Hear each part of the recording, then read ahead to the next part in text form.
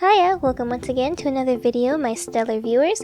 Unless you're new here, then hey, welcome to my channel. Today is another tutorial video, specifically another poses video, except this time I'm mixing it up by doing little child and baby poses. I know you all use these poses for a bunch of different things, whether it just be for a big comic you're working on or just for practice, so I thought adding some poses like these could help. So first, let's go way back to some things I said about poses in my first cartoon anatomy video. When you're drawing a person, it's typically assumed that they're an adult or an older teenager, young adult, somewhere around that range. So they're basically done growing and are about 7 to 8 heads tall. This of course depends on your art style and just if the person is really tall or really short, but this is just a general rule. Most pose references, including some of mine, are drawn with this in mind. However, this can be adjusted if you have an older or younger character. And even though older people are adults, as we get older, gravity can compress the spine, making some people a little bit shorter. It's also common for some old people to have canes or be hunched over in some way, so they'll have similar proportions as adults with some details, typically shown in the face and posture to help signify their age. I'll make a video on elderly poses in the future, but for now, we'll be focusing on the babies. Babies and little children are typically 2.5 to 4 heads tall. As a child gets older, you can add height in heads until you get to 6 or 7. Of course, other things to keep in mind are the proportions of the baby versus the adult. Adults are, like I mentioned, 7 to 8 heads tall with more prominent jaws or longer faces, visible necks, shoulders that go past the head, longer arms and legs with elbows at the pelvis, and hands ending at around the middle of the thigh. Babies and toddlers usually have proportionally big heads with chubby features. Their foreheads are larger and their jaws are much smaller as they don't have any teeth or are just starting to grow some. Their shoulders don't really go past their heads very much, and depending on your art style, they may just look like arms that come from right under their heads. Babies' torsos and limbs are much shorter than adult ones, and they're usually rounded like little bread rolls connected to each other. Baby poses will mostly be lying down and sitting since, they can't really stand up without being wobbly and falling over. They're likely to be in blankets or on soft surfaces. Just as some ideas on where to put them, they could also be eating or teething on something. Babies are super grabby, so there's plenty of things you could draw a baby holding if you can learn a good sitting pose with some chubby fingers around whatever they're holding. Plenty of possibilities. A pretty good description of a baby's body would probably be either a bendy teardrop or a bean shape with chunky little arms and legs sticking out at the ends. For the most part, their arms, legs, and fingers can be represented with little ovals. Everything is new to them, so feel free to have fun with where their arms and legs go. They could be holding food, toys, or themselves. You can have fun with it. If they are ever standing, they're likely in a wobbly pose or holding onto something to keep their balance. In general though, babies will support their weight on their bums while sitting or on all fours while crawling. And around here are just some example baby poses. Alrighty, I think that's it for babies. If you have any questions, feel free to comment them, and you'll hear from me again for little kids in the next section, since the tips I have for them are a little different. For now, you can just enjoy some music or draw along with the video.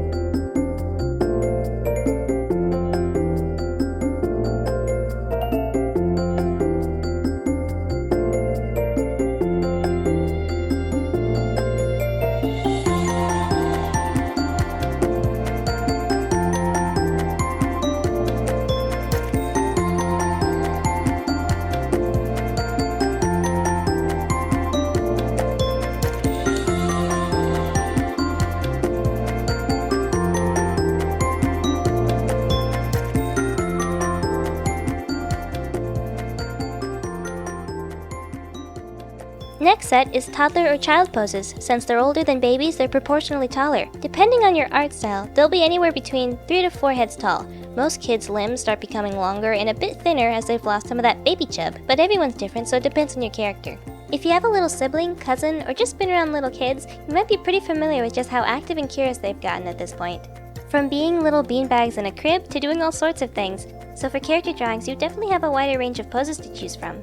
Similar to my other poses videos, you can have standing, sitting, running, moving, jumping, and all sorts of actions. The only real difference is the proportions. Otherwise, it would just look like a small adult doing things. Or maybe just someone really far away. Either way, proportions are really important. It's totally okay if you don't get it now though. Most things we're used to seeing in life is just, that's how it is. We don't usually think about the specific details that make a thing that thing. Like a bicycle's a bicycle, but we can tell if something's off.